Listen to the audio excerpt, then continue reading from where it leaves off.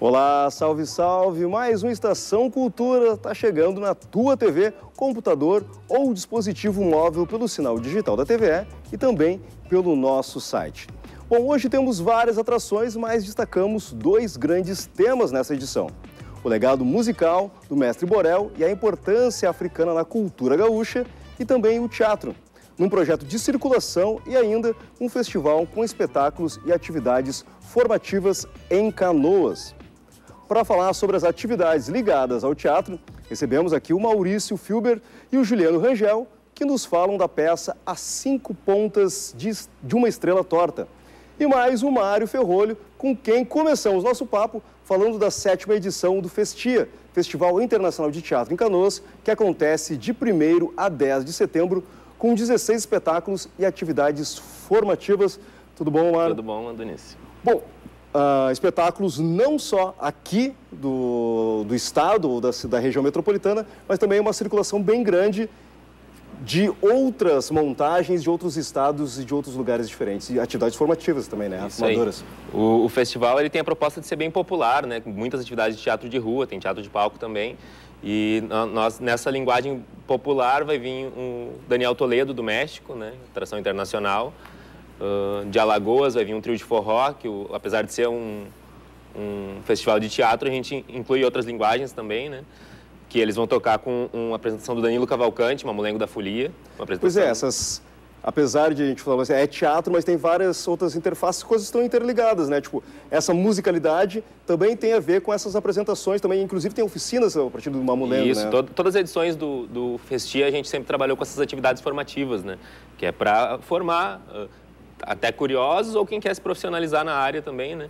O João Artigos vai dar uma oficina, né? O Jogo como Técnica, que é do Grupo Anônimos do Rio de Janeiro, que é uma oficina bem importante, sim, que está bem concorrida, né? As inscrições estão abertas lá no site, né?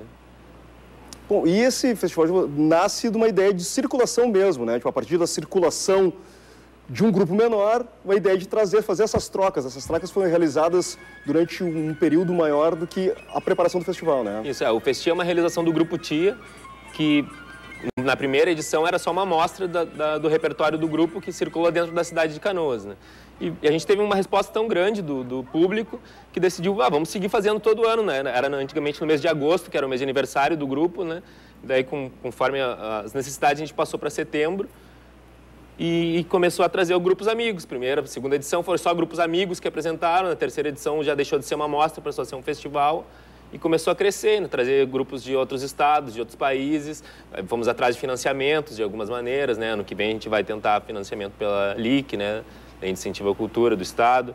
Esse ano ainda é só apoiadores, né? Tem muitos parceiros, restaurante, hospedagem, alimentação, transporte, muito apoiadores, né? Um pouco...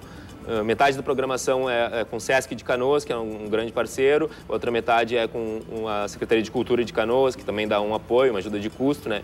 Pequena, assim, mal dá para as passagens aéreas, assim, mas já faz realizar o festival, né? Pois é, na sequência a gente vai falar aqui sobre um outro projeto de circulação, que é a Via FAC, né?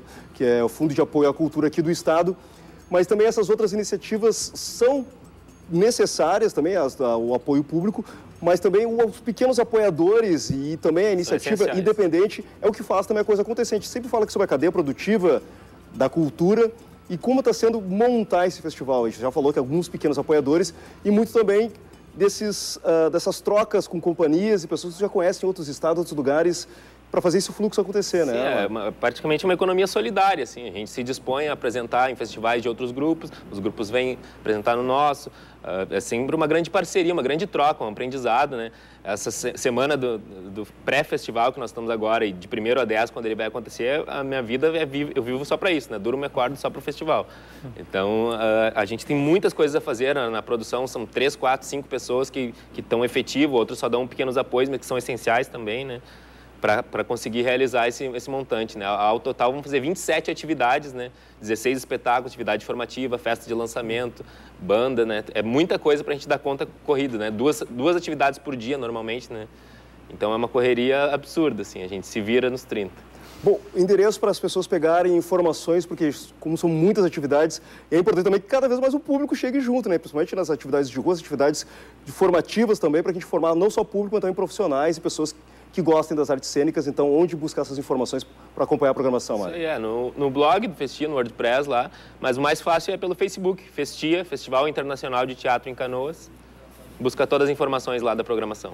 Certo, Mário. Obrigado. Bom, a gente vai falar agora sobre a nossa outra atração teatral, também da região metropolitana, tipo uma peça que nasce ali na região do Vale dos Sinos. O dramaturgo que está aqui conosco é de Novo Hamburgo e está em circulação pelo estado. É o espetáculo As 5 Pontas de uma Estrela Torta, que foi contemplado com o prêmio IA100 do FAC-RS, e em função disso, a peça estará circulando por 7 municípios gaúchos. Quem nos dá agora os detalhes dessa itinerância, que começa por Sapiranga nesse final de semana, é o diretor e dramaturgo Maurício Filber e também o ator e produtor Juliano Rangel. Juliano também, essa história do teatro independente, várias funções também, né, Juliano? Sim, a gente tem que trabalhar de todas as formas, né? Tipo, eu acabo não só como ator, mas atuando como um produtor, para a gente conseguir trabalhar coletivamente, né, para conseguir atingir a maior abrangência possível, né? Então, além disso, eu sou assessor de imprensa do grupo, né? Como eu sou jornalista, né? Então, a gente atua em várias vertentes diferentes para conseguir dar conta e levar para o maior público possível, né, esse trabalho, esse projeto de circulação, né? Bom, que história é essa? A gente vai falar um pouco mais sobre a produção. Daqui a pouco o dramaturgo e o diretor têm essa função de escrever e dirigir, mas se não tiver o produtor para buscar os apoios, financiamentos, a coisa não funciona. Mas vamos começar com a história, né? Qual é a história da peça? A história sempre é meio complicada de dizer, porque ela é muito simples, ao mesmo tempo que ela vai por caminhos muito complexos, assim. É simplesmente uma menina chamada Savine, a gente deu o nome para ela, apesar dela a gente tentar nem dizê-lo no meio da peça. Ela com 10 anos, ela na adolescência, ali até os 18 mais ou menos, e ela na maturidade da vida adulta. E essas 3 fases dela estão presas num universo onírico, numa suspensão do tempo cronológico, num estado de processo de individuação, onde ela está revendo todos os tempos dela ao mesmo tempo, se comunicando um com o outro e tentando se entender para ver qual que é o próximo passo, se ela sai da máquina em que ela tá colocada, se ela segue os sonhos dela, se ela desiste daquilo que ela foi oprimida a ser colocada, né? Que a gente fala que a gente vive numa máquina de moer sonhos. A gente está dentro de uma máquina onde os nossos sonhos são socados, espremidos, até sair o sangue da nossa alma, assim. No momento que isso acontece, a gente meio que fica vazio. E ela está exatamente nesse momento de decidir o que ela vai fazer. E seja lá qual decisão que ela for tomar, para algum lugar ela tem que ir. Seja para ficar, seja para ir. E é nisso que a gente trabalha. E o Juliano faz a ligação entre esses personagens, que é o amigo imaginário dela, a projeção do amor romântico, né? Todo esse contexto teórico que a gente traz, que a gente tenta colocar ali em cena com várias teorias de Jung, de Nietzsche também tem um pouquinho, existencialismo. A gente traz essa parte filosófica muito pesadamente no espetáculo, assim. E tirar do papel, do texto e trazer a montagem, tu como diretor, e tendo um elenco de pessoas com idades diferentes, pessoas de regiões diferentes, ali, das cidades diferentes, e pensando para que público é isso também, assim, como é que tu junta tudo isso, como é que funciona isso tudo? Isso é muito interessante pra gente, porque eu ficava pensando, é uma criança, eu vou botar uma adulta fazendo a criança, e no começo era, né, uma menina de 20 anos fazendo ela criança, e funcionava, porque a gente tem dentro da gente aquele arquétipo da criança cósmica. A gente tem aquilo que é aquela não infantilidade boba, mas aquela coisa de poder ver alguém voando e pensar, nossa, como ele está fazendo isso? E não, é uma ilusão, é mentira. Quando a gente é criança, a gente pensa, como eu faço para conseguir fazer isso? E isso é o que me encantava muito, por isso que qualquer idade pode fazer um personagem de 10 anos, esse em específico, pelo menos. E por isso que uma menina de 12, 13 anos consegue também fazer esse personagem e entender a profundidade dele. E a nossa faixa etária, ela pega ali o ensino médio, que está tendo aulas de filosofia. Os professores gostam bastante de trabalhar em cima disso, por trazer elementos que eles podem identificar em referências com filósofos que eles trabalham em aula, né? Mas a gente já apresentou para tanta gente, tanta idade também. Vocês já estão montando ela há 3 anos, isso, né? Isso, a gente estreou o espetáculo em 2014, em março de 2014. A gente teve mais de 130 apresentações, 31 né? O que apresentações. quantas? 31. 31 apresentações, né, ao longo desse tempo, assim. Que para nós é uma grande vitória, né? A gente pensando num teatro que foi construído no interior, ter conseguido uma vida longa tanto tempo, assim, né? Tipo, conseguir ter uma sobrevida, né? E agora ser contemplada por um festival, por um edital, né? Isso para nós é muito importante, né? Porque a gente consegue, o nosso objetivo é levar realmente o espetáculo por maior público possível, o maior número de público possível, né? Porque a gente quer instigar essa reflexão nas pessoas, né? Porque realmente o espetáculo ele traz essa questão sobre essa reflexão sobre a condição humana e esse resgate da centelha da infância, né? Aquela criança que está adormecida lá e que às vezes a sociedade acaba podando ela quando a gente cresce, né? E saber que tu pode voltar e retomar os teus sonhos, né? Que isso a gente acaba sendo. Eu sou um exemplo disso, né? Eu sou jornalista formado, mas eu não era realizado porque eu sempre quis fazer artes cênicas. Eu me identifico muito com a peça por causa disso, eu também. Por isso que eu compro tanto a ideia. Porque realmente eu estava na casa dos meus 30 anos e vendo, mas eu acabei me fazendo o que a sociedade esperava de mim, de ter uma profissão, aquela questão de dinheiro, carteira, bater cartão todo dia, né? E acabei indo, realmente resgatando aqueles sonhos de criança que estavam lá atrás, que estavam adormecidos, né? Porque a criança não tem, dá para perder o lúdico em momento algum da vida. Não podemos perder. Bom, então lembrando, 5 pontas de Uma Estrela Torta, dia 30, 8h30, no Centro de Cultura Lúcio Fleck, lá em Sapiranga. Maiores informações sobre essa itinerância que passa por 7 cidades, isso, né? 7 cidades. 7 cidades no facebook.com, assim... As 5 pontas, né? Tá difícil ler aqui, tá tudo junto, né? As 5 pontas.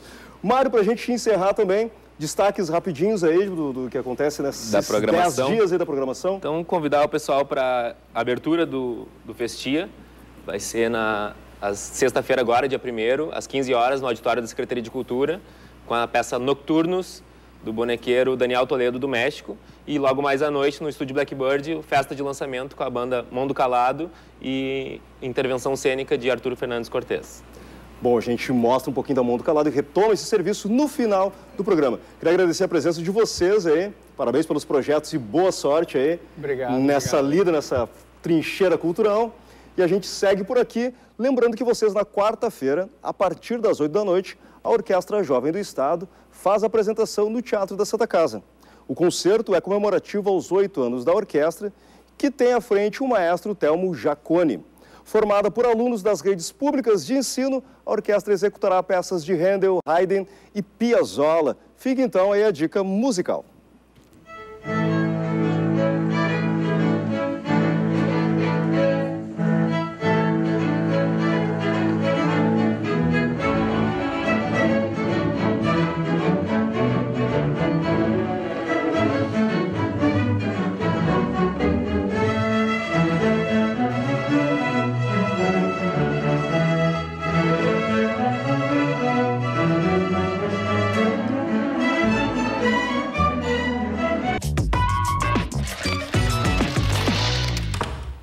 Estação Cultura de volta.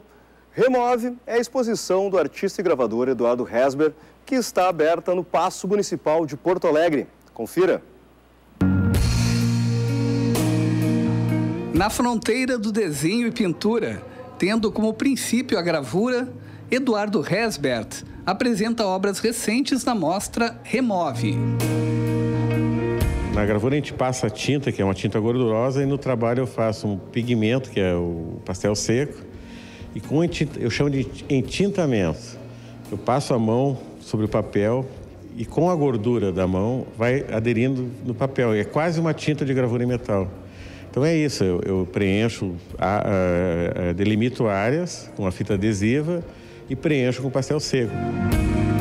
As imagens sugerem ambientes misteriosos com referências da arquitetura.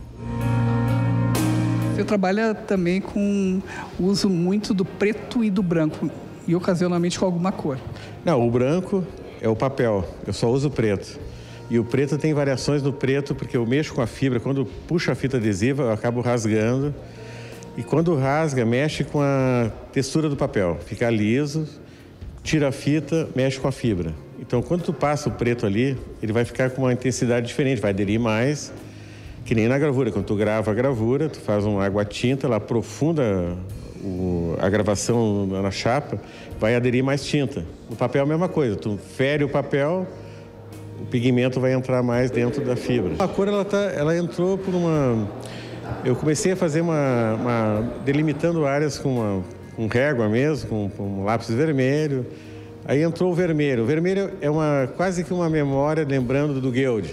O Guild fazia umas gravuras pretas, luminosas, né? Porém pretas. Mas ele colocava assim, por exemplo, um céu vermelho, um guarda-chuva vermelho. Então é para pontuar e para fazer uma situação de densidade, não é de densidade, mas de situação expressiva mesmo, né? O vermelho já é dramático por ser relacionado a sangue. E um trabalho que tem aqui chama tubo de ensaio. Então, eu começo com o tubo de ensaio, ele parece ser sangue, mas ao mesmo tempo eu rasgo ele parece chama. Então ele tem uma relação de sangue com fogo.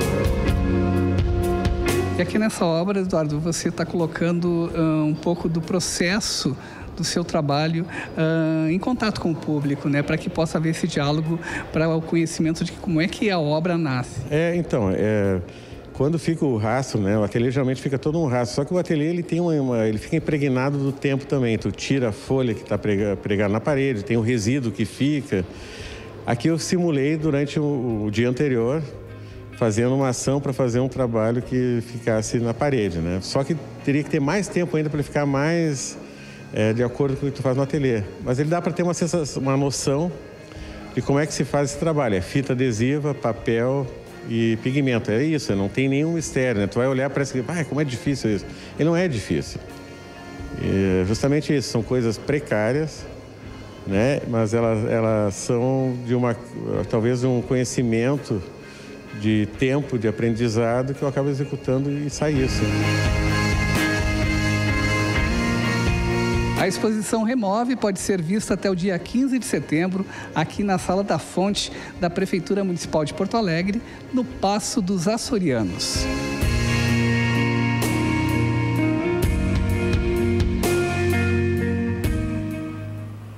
Agora eu converso com o músico e pesquisador Richard Serraria, do grupo Alabeoni, que lançou recentemente o projeto Berço do Batuque no RS, Mestre Borel, Toques e Cantos da Nação Oió-Ijexá. Tudo bom, Richard? Tudo bem, maravilha. Um projeto grande, de certa forma, assim, audacioso, porque tem muita coisa a ser contemplada dentro desse projeto, né, Richard? Exatamente, tem bastante coisa a ser contemplada à medida que falar do Mestre Borel é falar da presença negra no estado do Rio Grande do Sul.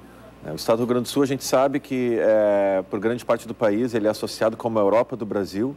Eu acho importante a gente dizer também que também é a África do Brasil, já que aqui se fizeram presentes, a presença negra se fez presente já desde o século XVIII, nas charqueadas, e desse modo o negro construiu também a riqueza do estado do Rio Grande do Sul, com a mão de obra escravizada. A gente pensar nesse ponto de vista histórico, através da religiosidade do Mestre Borel, mas também pensar nisso através do Borel, entidade política, um cara que implementa o Teatro do Negro no Rio Grande do Sul, no final da década de 50, e também o legado musical, o Borel carnavalesco. O Borel também é quase como um compositor, também com uma musicalidade à flor da pele, e que isso aparece, isso transparece, isso está vivo também nesse registro dos toques da nação Oió-Ijexá. Na verdade, quando a gente fala em cultura afro-brasileira, perpassa muito dessas coisas, todas estão muito interligadas. E só um adendo sobre tudo isso que tu falou, quando a gente fala, a cultura, a gente está trazendo a musicalidade, religiosidade, e parece que o legado negro é só na cultura, mas também tem toda a questão econômica, social desse estado que foi economicamente formado em cima de uma tecnologia, de uma cultura negra, né? Bom, esse adendo aí, vamos para a questão da música. E que musicalidade é essa que é trazida, que vocês vão trazer, vão registrar, vão resgatar, continuar a sua pesquisa, a pesquisa que é contínua do Alabeoni, né? A pesquisa do Alabeoni contínua, ao mesmo tempo, nesse momento, contando com a Letícia Bauer, que é uma historiadora, contando ainda com o apoio do coletivo Catarse, sempre engajado, né, em questões políticas, no que diz respeito à comunicação, uma grande equipe, com o Marcelo Delacroix também na orientação vocal, com o Ângelo Primon, enfim, uma equipe grande para a gente pensar esse legado musical, né? Extrapolar essa questão meramente já conhecida e que obviamente que ela não é menor, né? Mas o que todo mundo associa ao Mestre Borel é a religiosidade, né? O principal babalorixá da religião africanista no Rio Grande do Sul, pelo menos no final do século XX. E falar do Borel e pensar esses cantos em Yorubá arcaico, né?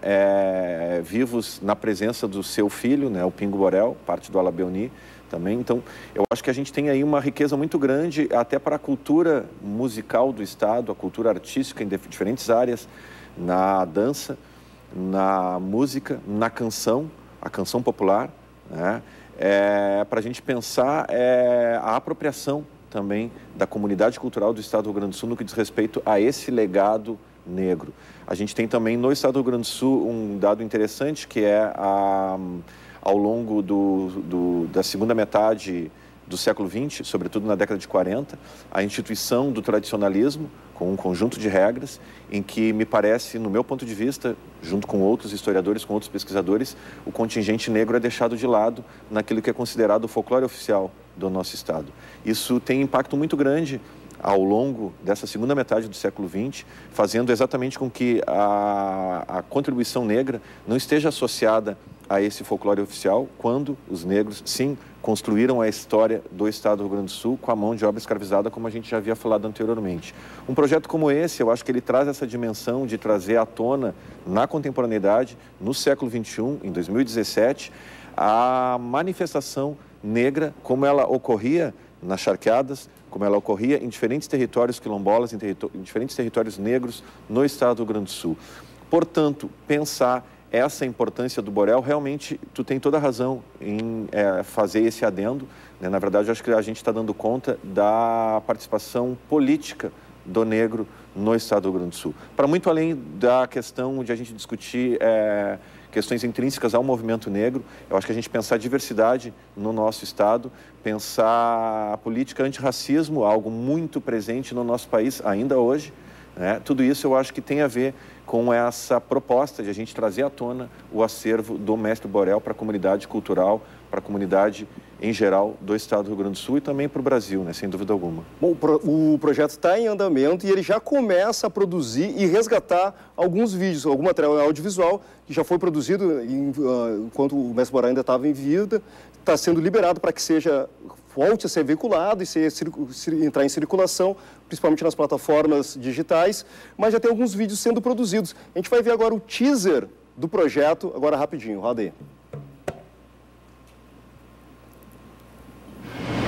Porque eu estarei sempre disposto a dar um pedacinho do ínfimo que eu tenho, porque não é meu, me foi concedido.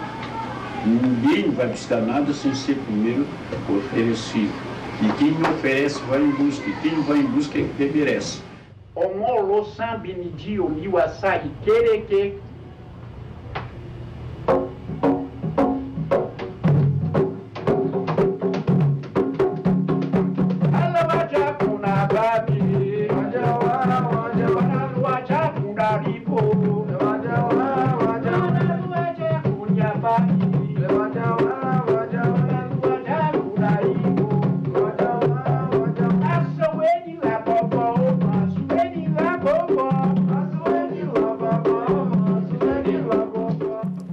Excelente. Bom, e o registro final vai ser esse registro em CD dessas canções trazidas para a contemporaneidade, mas também esse material vai ser distribuído não só pelas redes digitais também, ou ajudar a circular outros materiais, mas também com acessibilidade, né, que a gente viu os vídeos ali, e também em escolas públicas e também em territórios quilombolas do Rio Grande do Sul, que são vários, né? Vale lembrar são também. Vários, realmente.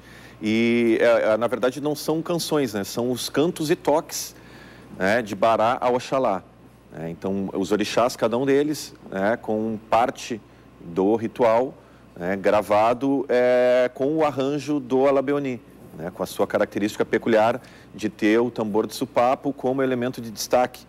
Né? O batuque do Borel, obviamente, que não era realizado com o supapo, é realizado com o ilu e os agês, e anteriormente também com a inhã. A gente está colocando o inhã nesse set de gravação também, mas ao mesmo tempo o encaminhamento do projeto pressupõe essa gravação do Alabeuni, um grupo já que tem 5 anos de trajetória e que pesquisa essas musicalidades quilombolas do estado do Rio Grande do Sul.